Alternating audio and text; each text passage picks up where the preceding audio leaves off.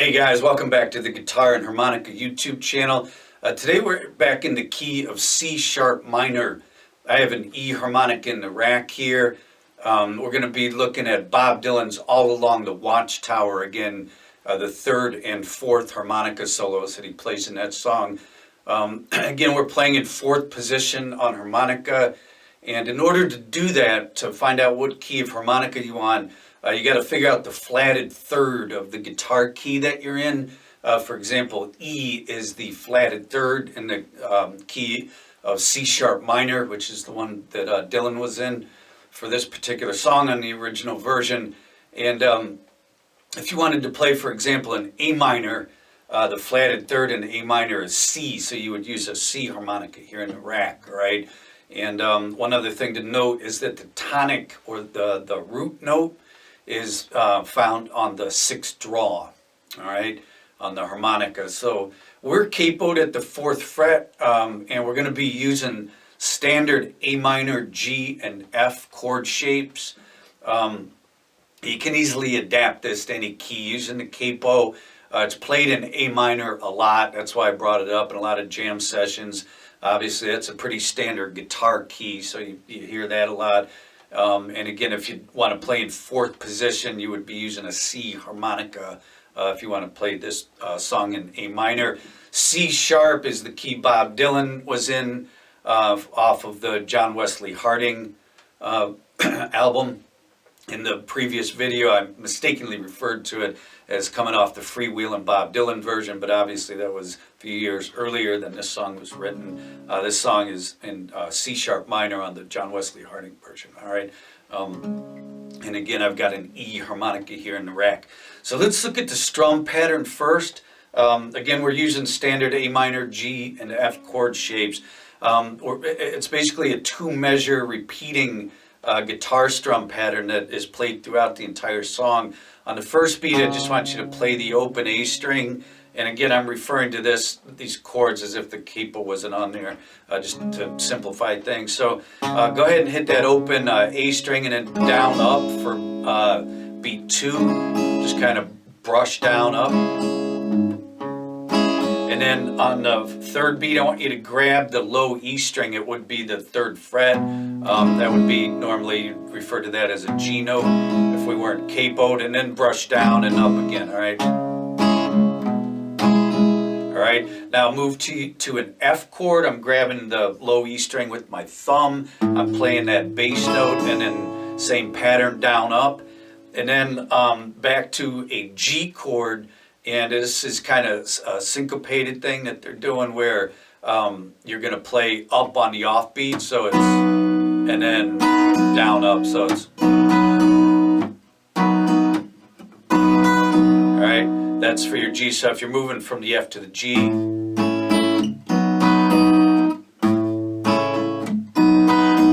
the whole thing would sound like this.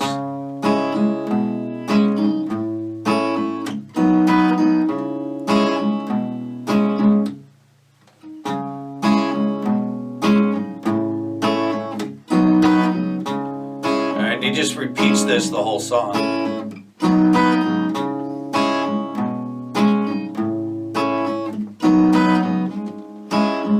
Alright, so get that under your belt, and we'll move along to the harmonica solos. Now in the previous video, we looked at the first 2 harmonica solos. He plays an intro solo before he starts singing, and then he plays one after each verse.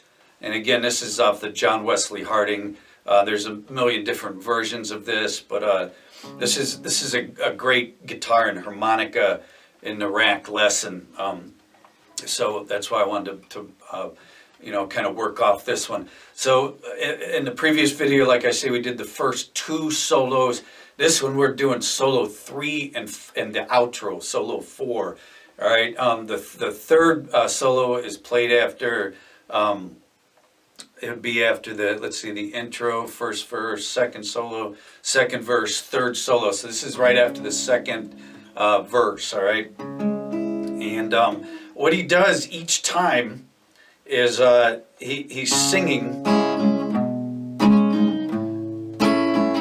right up to the G chord. And when he gets to the G chord, before the progression starts back around, he kind of does a grace note into the A minor. And he does this on each of the 4 solos that he plays.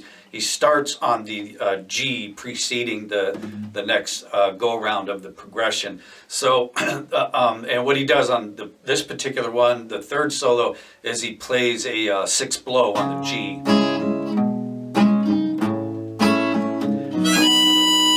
All right. When he gets to the A minor, he plays a 6th draw. And then he holds that for the A minor with the G and the bass. And then on the F, he kind of goes up, slides up to 7, 8, 9. And then he holds that for the G chord. So that's the first time through the progression, all right? These harp solos, they're 8 bars long.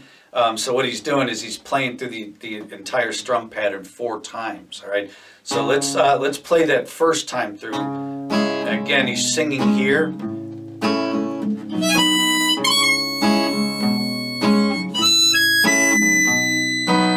All right, so I'm trying to play it a little slower. It's easier to learn it slow. You can build up speed. So again, watch, I'm starting on the G with the 6th blow, 6th draw when I get to the A minor. And then when we get to I'm holding that for the A minor with the G and the bass. And then I'm sliding up 7, 8, 9 when I get to the F chord. And then I'm holding that for the G chord. Singing here.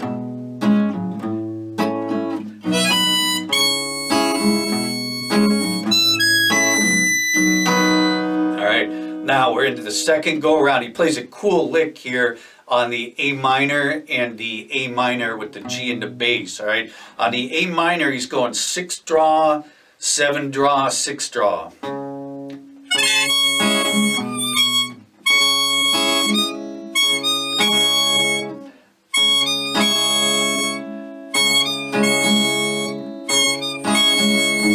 All right, 6th draw, 7 draw, 6 draw. And then when he gets to the A minor with the G and the bass, he's playing 6th blow, 6th draw, 6th blow, 5 blow. All right, and then he moves to the F, and he's holding it for the F chord. So that lick, I'm going to try and play it for you here.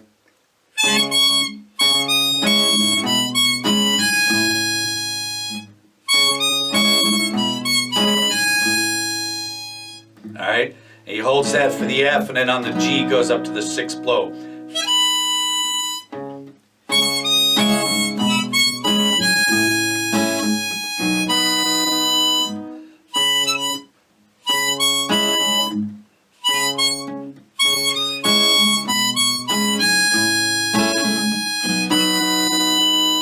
Okay, so let's come out of the singing part and we'll play through the progression 4 times, all right? Singing.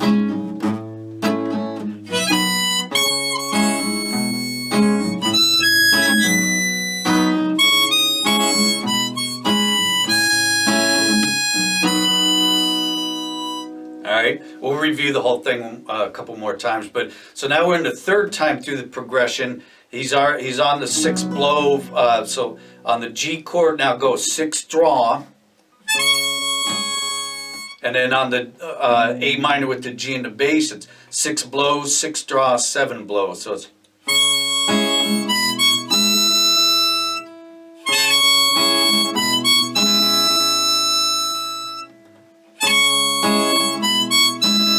and then he goes to the F chord. He goes 6 blows, 6 draw. And he's holding that, and he kind of starts bending it, going into over the G and going into the final progression. So let's play that particular progression again.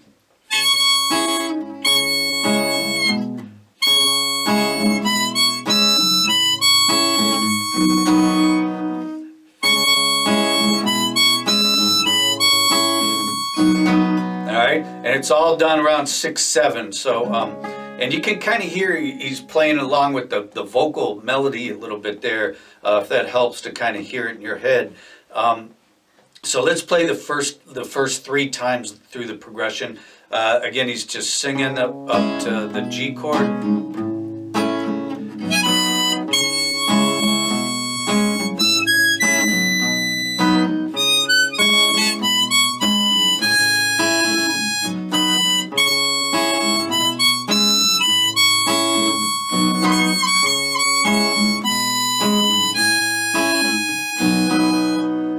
right, so on that last time through, he's just holding that 6-draw bend. When he gets to the A minor with the G and the bass, he's 6 blow.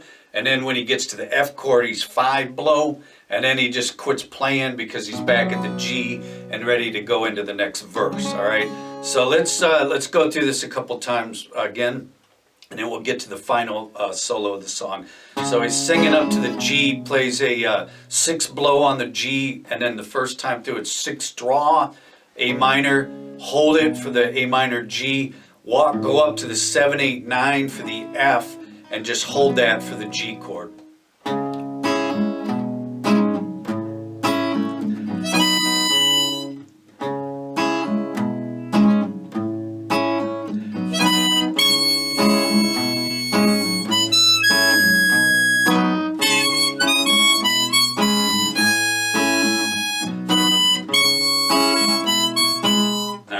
So let's do that one more time. We'll go through, let's actually run through the whole thing here.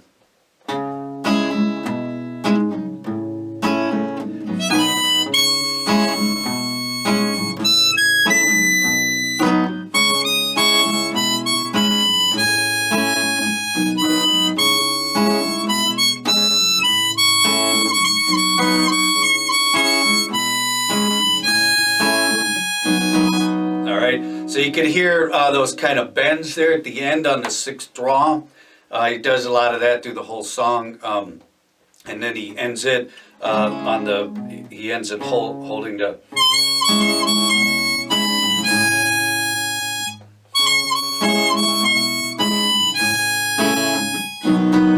All right, so he's not playing anything over the G chord there. He's kind of getting ready to sing and go into the next verse. So let's do that one more time.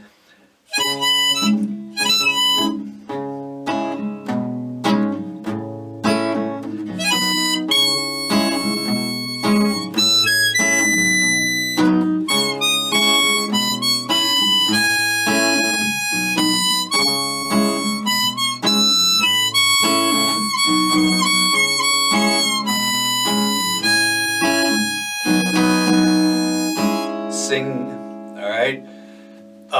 So that's after the second verse. He sings one more verse, and then there's an outro solo. That outro solo is he plays through the progression 3 times, and then on the 4th time he just cuts it off on the A minor chord. All right, so he plays that first A minor chord, what would normally be the 4th time through the progression. Like all the other solos are, but he just cuts it off. You can hear it on the record when you listen to it. But he starts the same spot every time. They're on that G, okay, and he kind of does a slide up to around 6, 7, and then when he gets to the A minor chord, he draws on a 6, 7. I mean, the 6 hole, and he kind of just bends it for several bars through the whole time through the 1st and 2nd time, I think, through the progression. And he finally sounds like he's almost trying to take a breath, and he blows out on about the 6, 7 on one of the G chords. I'll show you. But he's kind of doing a EU articulation. You can hear it and get your a bending technique in there. But it's really just one note that he's holding and drawing and bending. It's a 6 draw. So he's singing here.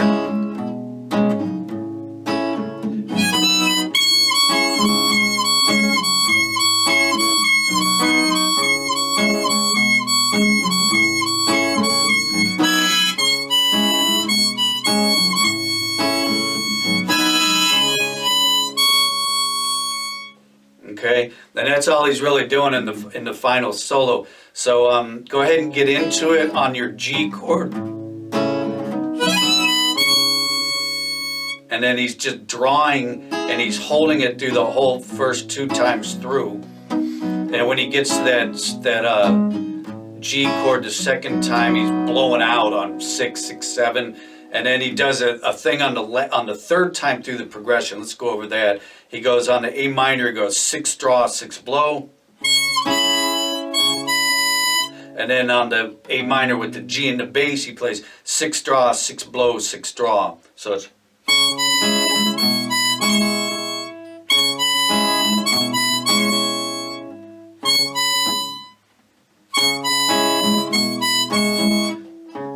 I've noticed I'm not always playing the strumming part exactly right, but that's okay because we're just learning it.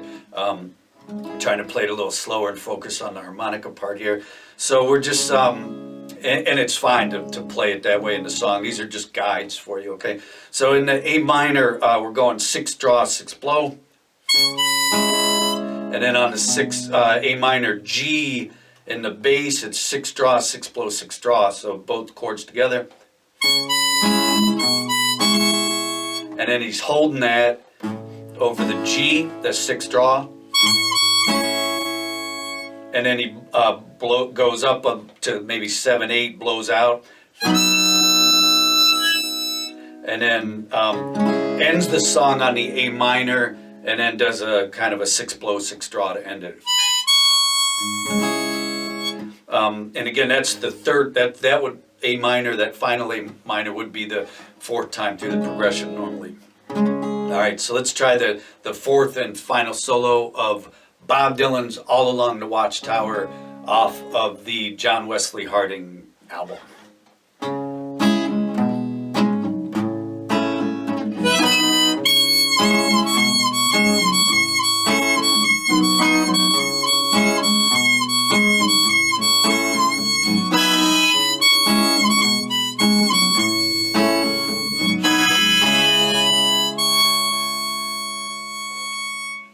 All right.